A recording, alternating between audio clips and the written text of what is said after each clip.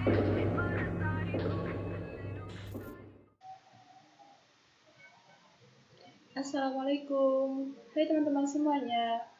Izin perkenalkan diri, nama saya Maria Magdalena Krismiati, NPM 181303129. Di sini izinkan saya memaparkan hasil tugas saya terkait tugas praktik akuntansi perusahaan jasa Craftsman Tailor periode April 2020. Berikut pemaparannya.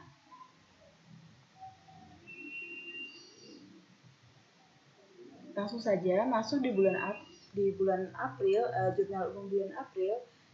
Di sini ada ketentuannya. Craftsman Tailor merupakan usaha yang menyediakan jasa jahitan antara lain baju wanita 160.000 per baju, baju wanita dengan furing 190.000 per baju. Kemudian di sini ada baju pria, kemudian ada baju pria tanpa furing 100.000, baju pria dengan furing 150.000, celana pria, dan pernak baju. Adapun kebijakan akuntansi Craftsman Tailor adalah metode pencatatan perlengkapan menggunakan metode real, kemudian ada metode pencatatan penerimaan di muka menggunakan metode nominal, kemudian peralatan jika lebih dari 1 juta diakui sebagai aset tetap berwujud, dan jika pembelian peralatan kurang dari 1 juta diakui sebagai perlengkapan. Kemudian di sini ada juga umur ekonomis dari aset berwujud, tetap berwujud, yaitu mesin jahit 6 tahun dan mesin obras 6 tahun. Oke, langsung saja kita masuk ke transaksi selama bulan April tahun 2020. Yang pertama, Nona Syahada menginvestasikan uang tunai untuk modal awal usaha senilai 200.000. Maka jurnalnya yaitu kas pada modal senilai 200.000. Kemudian ada tanggal 2, Nona Syahada membeli 3 unit mesin jahit. Maka jurnalnya mesin jahit debit senilai 12 juta, mesin obras debit senilai 3.900.000 dan kas senilai 15.900.000. Kemudian next di tanggal 4 membeli perlengkapan tailor senilai 1 juta. Maka jurnalnya yaitu perlengkapan tailor pada kas senilai 1 juta rupiah. Di tanggal 6 menyewa ruko untuk kegiatan usaha tailor selama 3 tahun. Maka jurnalnya adalah sewa dibayar di muka pada kas senilai 63 juta rupiah. Kemudian di tanggal 10 ada penerimaan jasa tailor. Di sini ada penerimaan jasa yang dilakukan secara tunai maupun yang dilakukan secara kredit. Maka jurnalnya yaitu kas senilai 605.000 rupiah. Kemudian ada piutang usaha di debit senilai 580.000 rupiah. Dan pendapatan jasa di kredit 1.185.000 rupiah. Next di tanggal 12 ini penerimaan jasa tailor kembali ya. Di sini dilakukan secara tunai semua, maka jurnalnya jika tunai kas pada pendapatan jasa setelah diakumulasikan hasilnya pendapatan jasa tersebut yaitu 700.000 di debit dan kreditnya 700.000 juga. Di tanggal 13, membayar beban utilitas. Jika membayar berarti akunnya yaitu beban utilitas pada kas. Beban utilitas pada kas senilai 1.500.000 rupiah. Di tanggal 5, kita penerimaan pelunasan atas transaksi tanggal 10. Berarti kita jurnalnya yaitu kas pada piutang senilai 160.000 rupiah. Di tanggal 17, penerimaan pelunasan atas transaksi tanggal 10. Berarti jurnalnya pada tanggal 17 yaitu kas pada piutang usaha senilai 280.000. Kemudian di tanggal 18 membeli perlengkapan tailor senilai 500.000. Maka jurnalnya perlengkapan tailor pada kas senilai 500.000. Di tanggal 20 menerima pelunasan atas transaksi tanggal 10. Maka jurnalnya yaitu kas pada piutang usaha senilai 140.000. Di tanggal 21 di sini terdapat penerimaan jasa tailor yang dilakukan pembayaran secara tunai dan secara kredit. Maka jurnalnya kita bagi menjadi 2 yaitu pembayaran secara tunai maupun kredit, yaitu kas pada debit 650.000 dan piutang usaha pada debit 650.000, pendapatan jasa di kredit 185.000 rupiah. Kemudian next di tanggal 24 menerima pelunasan atas transaksi 21, berarti ini adalah pelunasan piutang. Berarti jurnalnya kas pada piutang usaha senilai Rp320.000. Di tanggal 25, pembayaran gaji 2 karyawan senilai Rp3.250.000. Maka kita 3.250.000 ini dikalikan 2, maka jurnalnya yaitu beban gaji pada kas nilai Rp6.500.000. Kemudian di tanggal 27 ini penerimaan jasa tailor. Di sini terbagi menjadi 2, yaitu tunai, pembayaran secara tunai maupun secara kredit. Maka jurnalnya yaitu kas sebesar Rp570.000 dan piutang usaha Rp1.340.000 dan pendapatan jasa di kredit senilai Rp1.910.000. Kemudian next di tanggal 28 di tanggal 29 terdapat pengambilan uang untuk keperluan perbaikan kendaraan pribadi. Berarti ini kita masukkan ke dalam travel senilai 120. Sehingga jurnalnya travel Nyonya Sahada pada kas nilai Rp120.000. Kemudian di tanggal 29 yang kedua yaitu penerimaan pelunasan atas transaksi tanggal 21. Ini adalah pelunasan piutang sehingga jurnalnya yaitu kas pada piutang usaha senilai Rp330.000. Kemudian di tanggal 30 menerima pelunasan atas transaksi tanggal 27. Ini adalah pelunasan piutang. Maka jurnalnya adalah kas pada piutang usaha senilai Rp200.000. Setelah kita menyelesaikan transaksi pada bulan April, kita langsung masuk ke penotalan jumlah transaksi, yaitu kita totalkan hingga total jurnal umum Craftsman Tailor periode bulan April tahun 2020 yaitu Rp296.530.000 di debit dan kreditnya Rp296.530.000.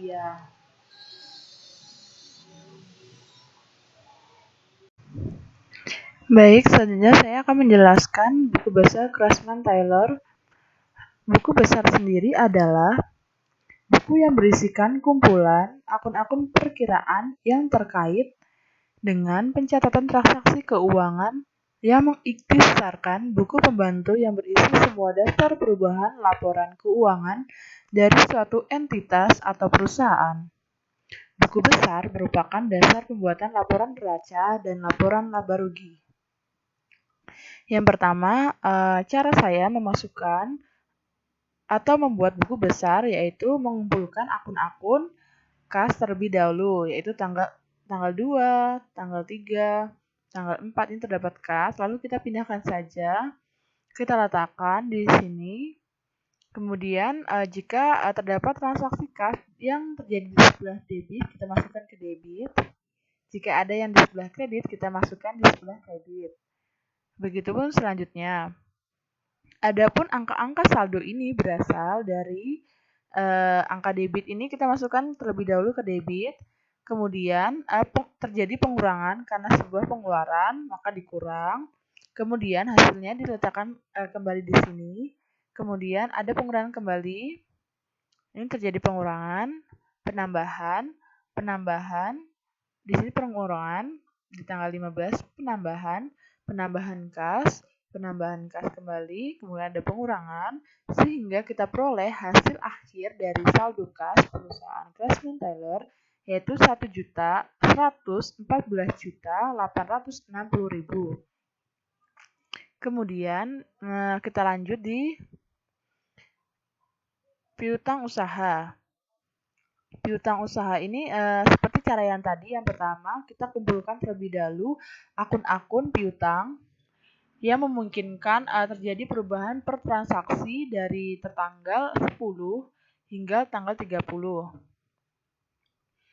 Kita masukkan terlebih dahulu yang awal, kemudian penambahannya, sehingga terdapatlah hasil sebagai berikut, yaitu saldo akhir dari piutang usaha Tailor Craftsman Tailor yaitu Rp1.140.000.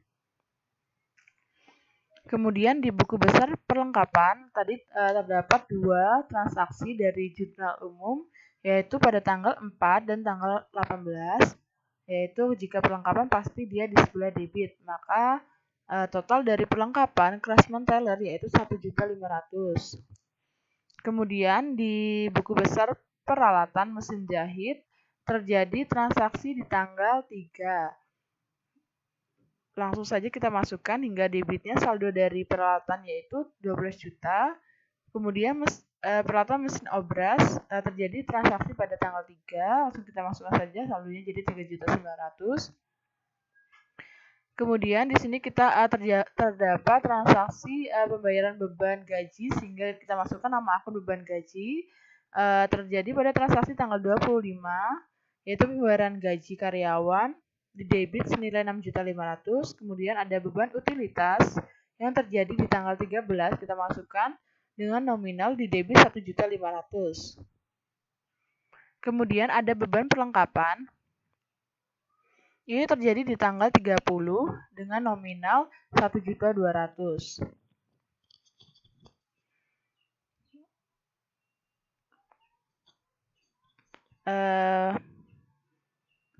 Kemudian ada lagi ini pendapatan jasa terjadi pada tanggal 10, 12, 21, 27 dengan nominal sebagai berikut. Dengan saldo akhir pendapatan jasa yaitu 5.600.000. Kemudian terdapat akun modal yang terjadi transaksi di jurnal umum pada tanggal 2 modal awal senilai 200 juta. Kemudian terdapat private atau keperluan secara pribadi pada tanggal 29 senilai 1.200.000. Kemudian terdapat buku besar sewa dibayar di muka, transaksi tanggal 6 senilai 63 juta di debit. Selanjutnya saya akan menjelaskan neraca saldo. Neraca saldo ini adalah neraca hasil dari buku besar yang telah kita buat tadi, yang telah saya buat tadi. Kemudian saya ringkas, saya jadikan satu akun atau jurnal yaitu suatu laporan neraca saldo. Di sini tertera saya tulis terdapat akun kas senilai 114.860.000. Kemudian ada piutang usaha senilai 1.140.000. Kemudian ada perlengkapan tailor senilai 1.500.000.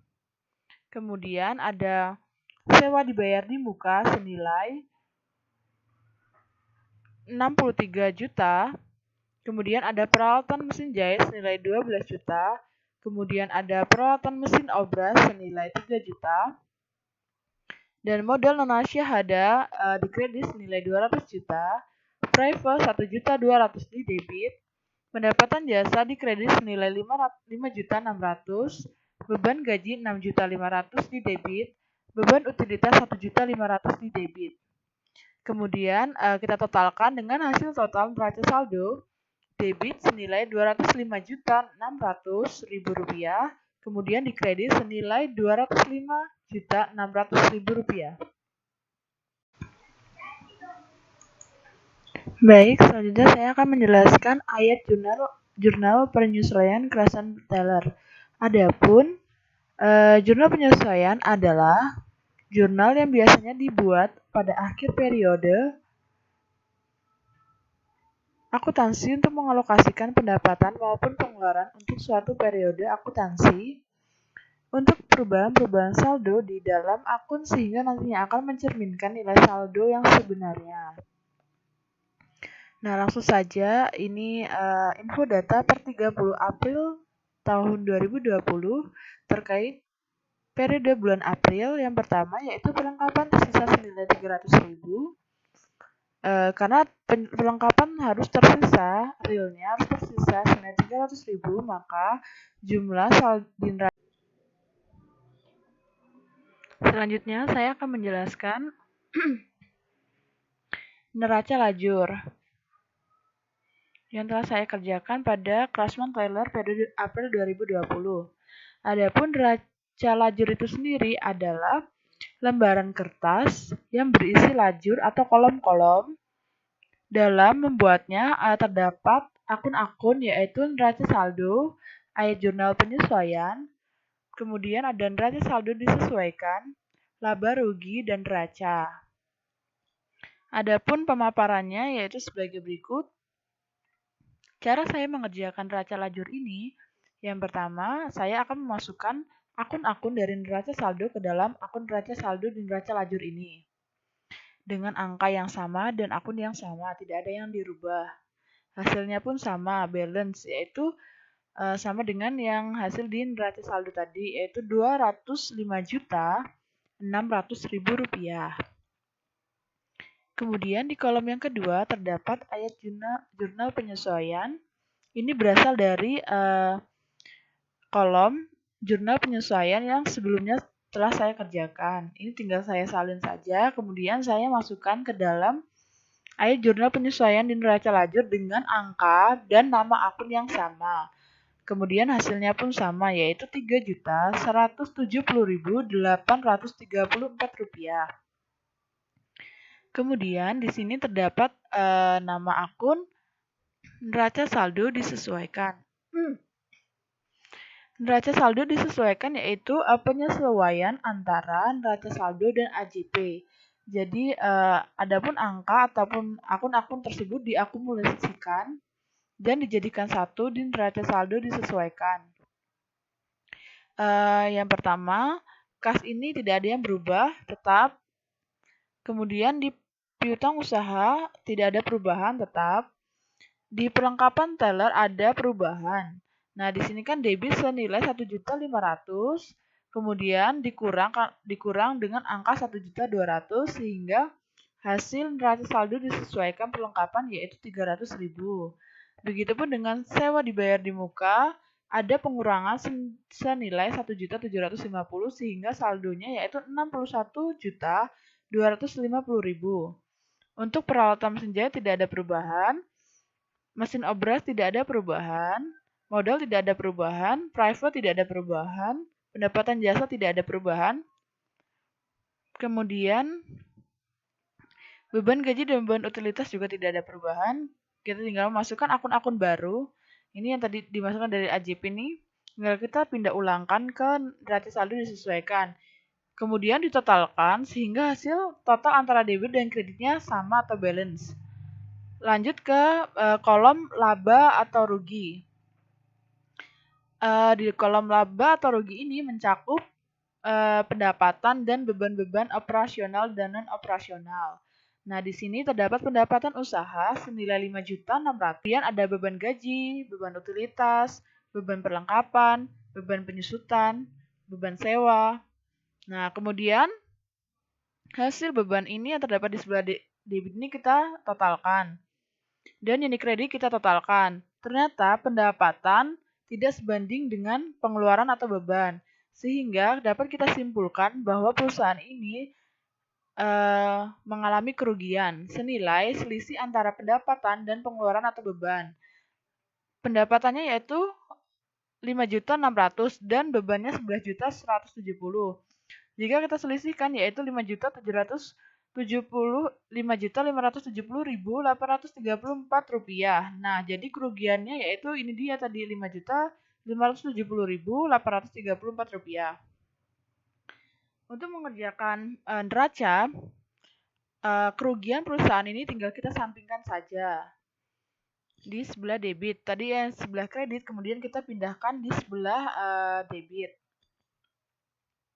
Sedangkan di akun-akun neraca ini terdapat akun-akun aset maupun ekuitas dan kewajiban. Jadi neraca ini terdiri dari aset tetap, aset lancar, kewajiban lancar, kewajiban tetap, kewajiban jangka panjang maupun kewajiban jangka pendek maupun ekuitas. Neraca itu terdiri dari kas, piutang, perlengkapan, sewa dibayar di muka, peralatan, akumulasi, modal, private, kemudian ada akumulasi penyusutan, kemudian hasil dari debit dan kredit ini semua kita totalkan, sehingga dia memperoleh hasil yang sama atau balance, yaitu 200.220.834 rupiah. Baik, selanjutnya saya akan memaparkan hasil dari laporan laba rugi Craftsman Tailor periode bulan April tahun 2020. Adapun laporan laba rugi adalah bagian dari laporan keuangan suatu perusahaan yang dihasilkan pada suatu periode akuntansi yang menjabarkan unsur-unsur pendapatan dan beban perusahaan sehingga menghasilkan laba atau rugi bersih suatu perusahaan. Berikut pemaparannya. Di sini terdapat pendapatan operasional senilai 5.600.000, kemudian total pendapatan yaitu 5.600.000, kemudian ada beban-beban operasional yaitu beban gaji 6.500.000, beban utilitas 1.500.000, beban perlengkapan 1.200.000, beban penyusutan Rp220.834, ada beban sewa senilai Rp1.750.000 dengan total beban operasional yaitu Rp11.170.834. Karena total beban operasional lebih besar daripada total pendapatan operasional, maka dapat dinyatakan Craftsman Tailor pada periode bulan April 2020 mengalami kerugian operasional senilai Rp5.570.834.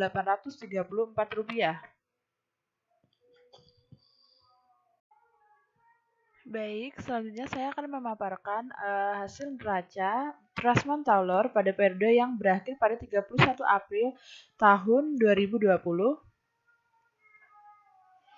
Adapun neraca sendiri adalah bagian dari sebuah laporan keuangan yang mencatat informasi mengenai aset, kewajiban, dan ekuitas pada pihak-pihak yang terkait dalam operasional perusahaan dan modal pada saat tertentu. Lanjut, jadi di sini saya akan menjelaskan neraca saya. Ini adalah hasil perpindahan dari neraca pada neraca lajur, yaitu di aset lancar sendiri terdapat kas, piutang usaha, perlengkapan, sewa dibayar di muka, dengan total aset lancar senilai Rp177.550.000. Kemudian ada aset tidak lancar yang terdiri dari peralatan mesin jahit dengan nominal 12 juta, akumulasi penyusutan Rp166.667. Kemudian ada peralatan mesin obras dengan nominal 3.900.000 dan akumulasi penyusutan mesin obras dengan nominal Rp54.167 dengan total nilai buku yaitu Rp11.833.333 ditambah Rp3.846.833 ditambah total aset lancar yaitu Rp1.177.550.000. Jadi total aset yaitu Rp193.229.166.000. Kemudian di sebelah kanan terdapat kewajiban dan ekuitas. Di sini tidak terdapat kewajiban perusahaan karena tidak terjadi transaksi peminjaman uang atau penambahan kas atas utang. Jadi ekuitas atau modal nona syahada yaitu Rp193.229.166. Jadi total kewajiban dan total aset sama atau balance. Jika ditanya dari manakah hasil modal nona syahada ini, di sini saya telah menjelaskan di laporan perubahan modal. Laporan perubahan modal ini sendiri terdiri dari modal awal 200 juta,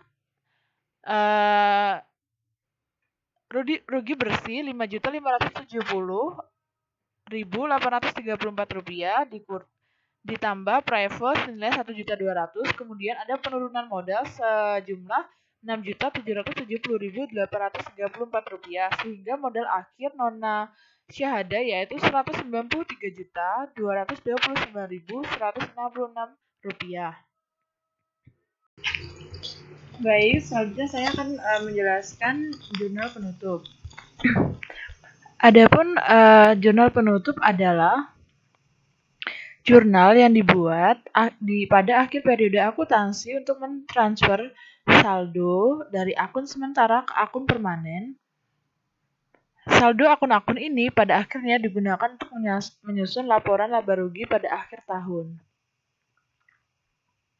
Adapun jurnal penutup saya terlampir pada tanggal 31 terdapat akun pendapatan usaha pada ikhtisar laba rugi senilai 5.600.000.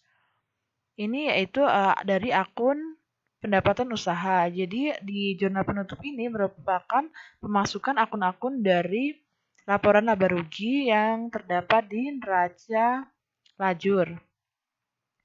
Kita tinggal membalikannya saja dengan lawan balik yaitu ikhtisar laba rugi. Di neraca lajur beban-beban terdapat di sebelah debit, maka di sini kita akan masukkannya di sebelah kredit dengan lawan debit yaitu ikhtisar laba rugi senilai Rp11.170.834. Kemudian di sini kita masukkan laba atau rugi perusahaan dengan akun yaitu modal nona syahada pada ikhtisar laba rugi senilai Rp5.570.834. Kemudian di sini kita akan memasukkan private dengan nama akun atau jurnal modal nona syahada pada private senilai Rp1.200.000. Setelah selesai memasukkan transaksi-transaksi tersebut, kita akan menotalkan jurnal penutup tersebut. Maka hasilnya yaitu Rp23.541.668 di debit, sedangkan kreditnya Rp23.541.668. Kemudian di neraca saldo setelah penutupan ini merupakan akun-akun yang tidak kita masukkan di jurnal penutup. Nah, di akun-akun ini sendiri terdapat kas nilai Rp114.860.000, piutang usaha Rp1.140.000, perlengkapan teller Rp300.000 di debit, sewa dibayar di muka debit Rp61.250.000, peralatan mesin jahit Rp12 juta di debit, akumulasi penyusutan mesin jahit di kredit Rp166.667, peralatan mesin obras Rp3.900.000 di debit, kemudian ada akumulasi penyusunan mesin obras di kredit senilai Rp54.167. Kemudian ada modal nona syahada yaitu senilai Rp193.229.166 dengan total neraca saldo setelah penutup yaitu Rp193.450.000. Kemudian untuk jurnal pembalik pada periode bulan Mei, pada periode bulan April Klasman Taylor tidak terdapat jurnal pembalik. Atas perhatiannya saya ucapkan terima kasih.